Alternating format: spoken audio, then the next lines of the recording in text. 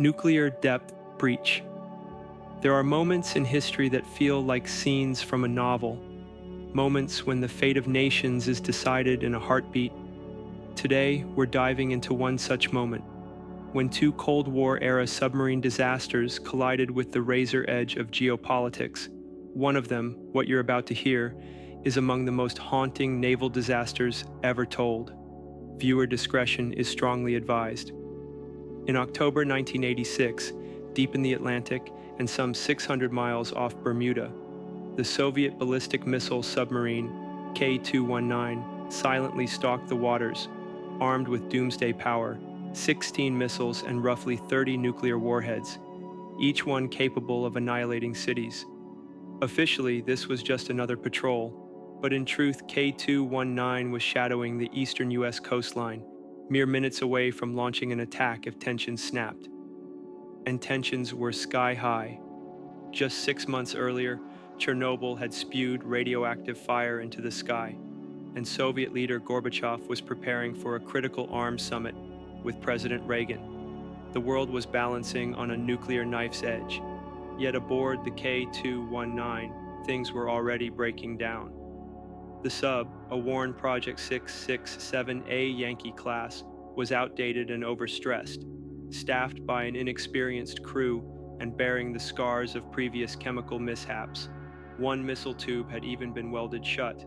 Then came October 3rd. A violent jolt rocked the submarine. The crew suspected they'd been struck by the USS Augusta, an American attack sub that may have been tailing them. But no one agrees on what truly happened. What is known as what followed. At 5:14 a.m., a crewman noticed water leaking into missile tube number 6. By 5:25, Captain Igor Britanov had the vessel rise to 151 feet and activated pumps. But the breach had already started a deadly chain reaction. The seawater mixed with missile fuel, unleashing clouds of toxic brown gas. At 5:32, just as an alarm was raised, the missile silo exploded violently underwater, instantly killing 2 sailors and ejecting a live missile. The pressure tore open the hull, plunging the K-219 downward past 985 feet. The blast shattered comms, sealed compartments, and transformed the submarine into a sinking, toxic tomb. Inferno Within Steel. There are moments where history doesn't just unfold, it detonates. And what happened inside the steel belly of the K-219 was one of those moments. As the sub's twisted remains surfaced, its hull gasping against the Atlantic, the chaos within had only just begun. Trapped sailors pounded on bulkheads, gasping for clean air, while Captain Igor Britanov stood before a choice no commander wants to make. Up to 25 sailors were sealed behind a hatch, begging to be saved, knowing opening that hatch could doom others. After a moment of harrowing silence, Igor gave the order. They would live.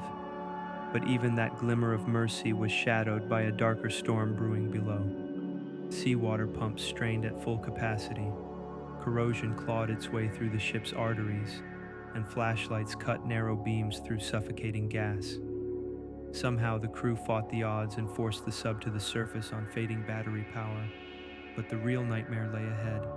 The missile blast hadn't just destroyed hull and steel, it had maimed the nerve center. Reactor coolant levels plummeted, the temperature soared, the automatic shutdown systems failed, and the threat of a nuclear meltdown loomed like a death sentence. With no other choice, 2 men, Nikolai Belikov and Sergei Preminin, descended into compartment 7. It wasn't a room anymore, it was a furnace of acid-laced air, near boiling heat and radioactive death. Nikolai went first, managed to turn one control rod, then collapsed, dead, his oxygen gone. Sergei, just 20 years old, didn't wait. He knew the heat would peel his lungs from the inside, but he volunteered anyway. Inside, it was agony incarnate, every breath seared, the metal buckled around him, and when the 4th control rod refused to move, Sergei fled the reactor's grasp, only to plunge back in one final time, not for orders, not for glory, but because the fate of his crewmates, and perhaps the world, rested in his hands. Nuclear silence falls. On his second attempt, with muscles straining, lungs burning, and vision slipping into black, Sergei forced the final control rod into position, and it clicked. The reactor was silenced. No second Chernobyl, no deadly cloud drifting across the Atlantic.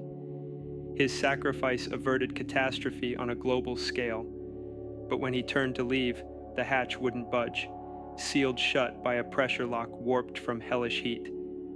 His crewmates banged and screamed from the other side, helpless. Inside, the temperature soared. The air turned acidic. Sergei collapsed in the dark, entombed by the machine he had just saved. And though the reactor was finally dead, the submarine was dying. Pipes hissed with acidic gas, the hull groaned, and the ventilation system buckled. The K-219, crippled by explosion, poison, and radiation, lay stranded on the surface, clinging to battery power. Still, the surviving crew fought to regroup in the least damaged compartments. Then, a flicker of hope. Communications flickered back. Igor reached the Soviet fleet. A merchant ship arrived. A plan formed. Tow the submarine 7,000 kilometers back to base. But the voyage north became a death march. More gas leaks, more ruptures. And still, an order from Moscow: hold position, resume the mission. Even a political officer was dispatched to enforce it. But Igor knew the truth. This was a tomb. He made a decision that defied command: abandon ship. One by one, sailors evacuated to the merchant vessel, coughing, dazed, gas masks still strapped on. Igor remained until the very end, standing alone on the blackened deck. And then, the tow cable snapped. The ocean reclaimed its prize. The K-219 slipped into the deep, vanishing beneath the Hatteras abyssal plain, 18,000 feet down, carrying with it 2 reactors and 30 nuclear warheads. In Moscow, it was chaos. Just 6 months after the Chernobyl disaster, Gorbachev faced another haunting failure. The global backlash was instant, the humiliation profound, and far below the waves, Sergei's silent grave kept the world from burning. Submerged Nuclear Gamble. And now, in the tense lead-up to a pivotal arms control summit with the U.S. president, another nuclear disaster had unfolded. Gorbachev's top priority was managing the optics. He wasn't about to repeat the secrecy that followed Chernobyl. So, in a sharp contrast to his earlier handling of that crisis, Gorbachev acted swiftly. He told the truth. He contacted President Reagan personally, informing him of the submarine catastrophe. Reagan responded with an offer of American aid. It didn't erase the mistrust bred by years of Cold War tension and the Chernobyl cover-up, but it was a diplomatic step forward. Internally, however, Gorbachev had to point fingers, and the blame fell squarely on Igor. He was accused of negligence, sabotage, even treason, effectively thrown under the bureaucratic bus. Fortunately, the charges were dropped a year later in 1987. Still, the damage control didn't stop there. Soviet brass scrambled to explain the incident.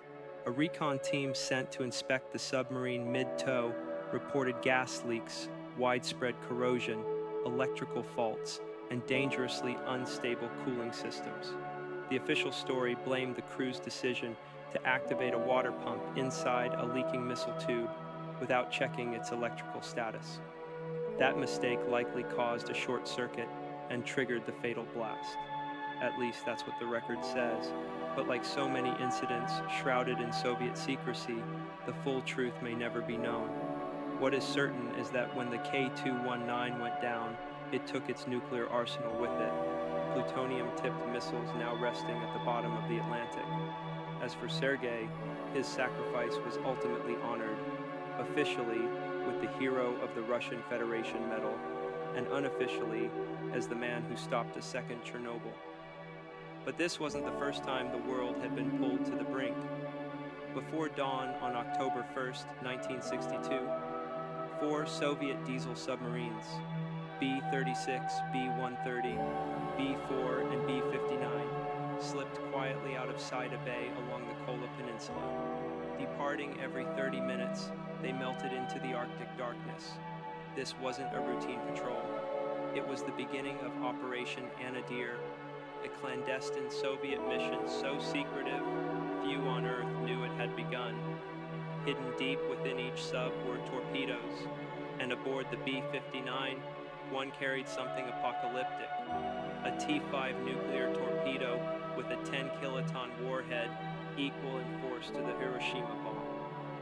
Their orders were to reach Cuba's Mariel port and establish a Soviet naval presence strong enough to support Fidel Castro's regime and counter U.S. aggression. Yet even the sub-commanders had only fragments of the truth.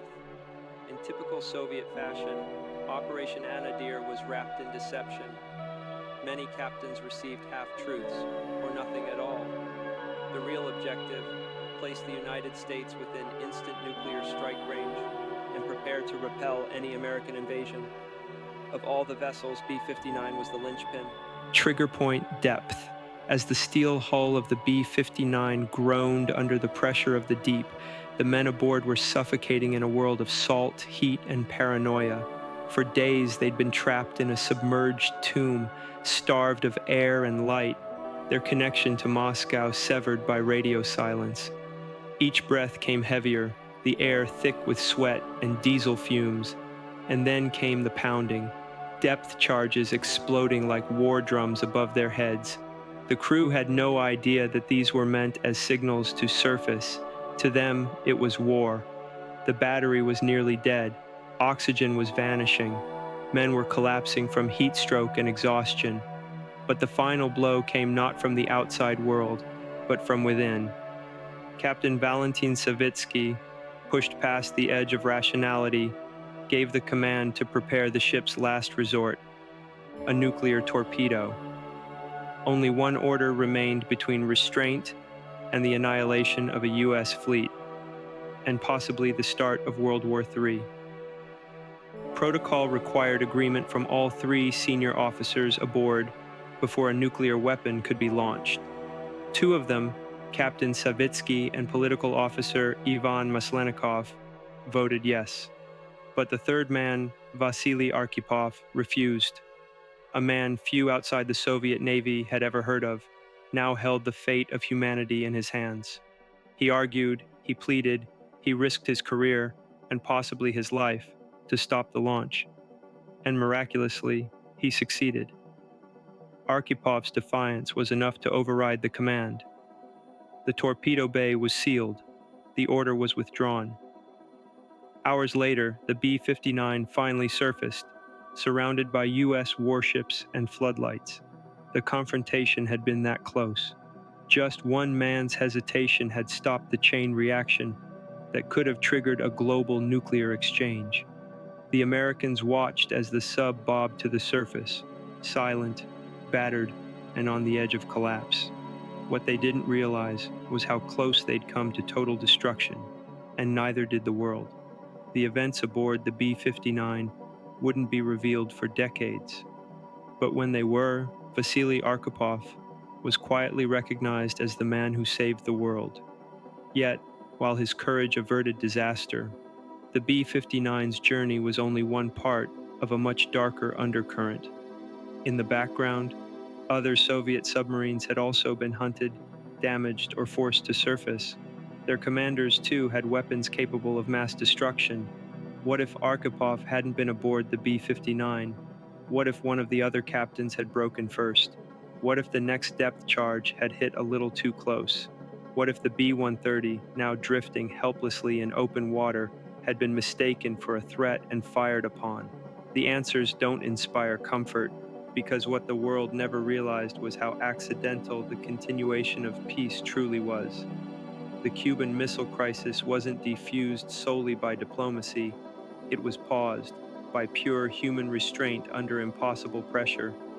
And for a few hours in October 1962, that restraint rested entirely in the trembling hands of three men trapped beneath the sea. Two said yes. One said no. Almost Triggered Armageddon. The sea boiled with tension. Above the waves, 14 U.S. warships locked onto a single Soviet submarine. In the sky, American planes roared like angry gods, and blinding spotlights stabbed the Atlantic depths. Deep below, the crew of B-59 was suffocating. With no fresh air, failing diesel reserves, and barely an hour of battery life, the inside of the submarine had become a steel coffin. Temperatures in the engine room soared past 149 degrees Fahrenheit, 65 degrees Celsius, and men were collapsing from heat stroke. In that suffocating, pressure-cooked hell, Captain Valentin Savitsky assumed the unthinkable. Nuclear war had already begun. To him, there was only one path forward. He ordered the crew to prepare the nuclear torpedo. They would not surrender. They would strike, die, and take the enemy with them. His voice was cold. We will not disgrace the Soviet Navy. But Soviet protocol required 3 officers to approve a nuclear launch. Valentin was ready. So was the political officer, Ivan. Only one man stood in the way, Vasily Arkhipov, a quiet, haunted figure with eyes that had seen too much. Just a year earlier, Arkhipov had survived the K-19 reactor disaster, where radiation poisoned half the crew. He knew exactly what nuclear horror looked like. And now, deep in the Atlantic, with lights flickering and sweat pouring off his brow, Vasily made a decision that would decide the fate of millions. As crewmen fainted around him, Arkhipov pushed back. He argued that the Americans weren't attacking. They were sending a warning. If war had truly started, the sub would already be obliterated. Instead of firing, he proposed a sonar ping, a final gamble. Valentin hesitated, then agreed. The ping echoed through the ocean like a dare. Silence followed. Then, nothing. No grenades, no charges, no retaliation. Just stillness. The American destroyers stopped. The gamble had worked. Arkhipov turned to the captain and calmly explained. If they launched, it would spark a war that would kill hundreds of millions. The torpedo was not fired. The order was stood down, and the world, completely unaware, stepped back from the edge of extinction. Hours later, on the night of October 27, 1962, the B-59 broke the surface. Blinding searchlights from the USS Coney lit up its conning tower. Helicopters circled. Planes dropped phosphorus flares that lit the sky like a second sun. But the Americans didn't attack. Instead, they sent an apology. They didn't board. They didn't disarm the crew. They let the sub sit in the water, waiting. Moscow's orders finally arrived. Return home. No celebration, no cheers, just exhaustion.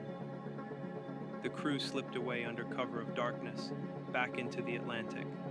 And while the public watched the Cuban Missile Crisis unfold on TV, no one knew that a single man aboard a boiling metal tube had just saved civilization. The B-59 returned to the USSR in silence. No medals, no parades. One admiral even scolded the crew. It would have been better if you'd gone down with your ship. The truth didn't fit the Soviet narrative. For decades, what happened aboard the B-59 remained buried. Vasily Arkhipov received no recognition. He continued to serve in silence, eventually retiring as vice admiral. It wasn't until 2002 that the truth surfaced.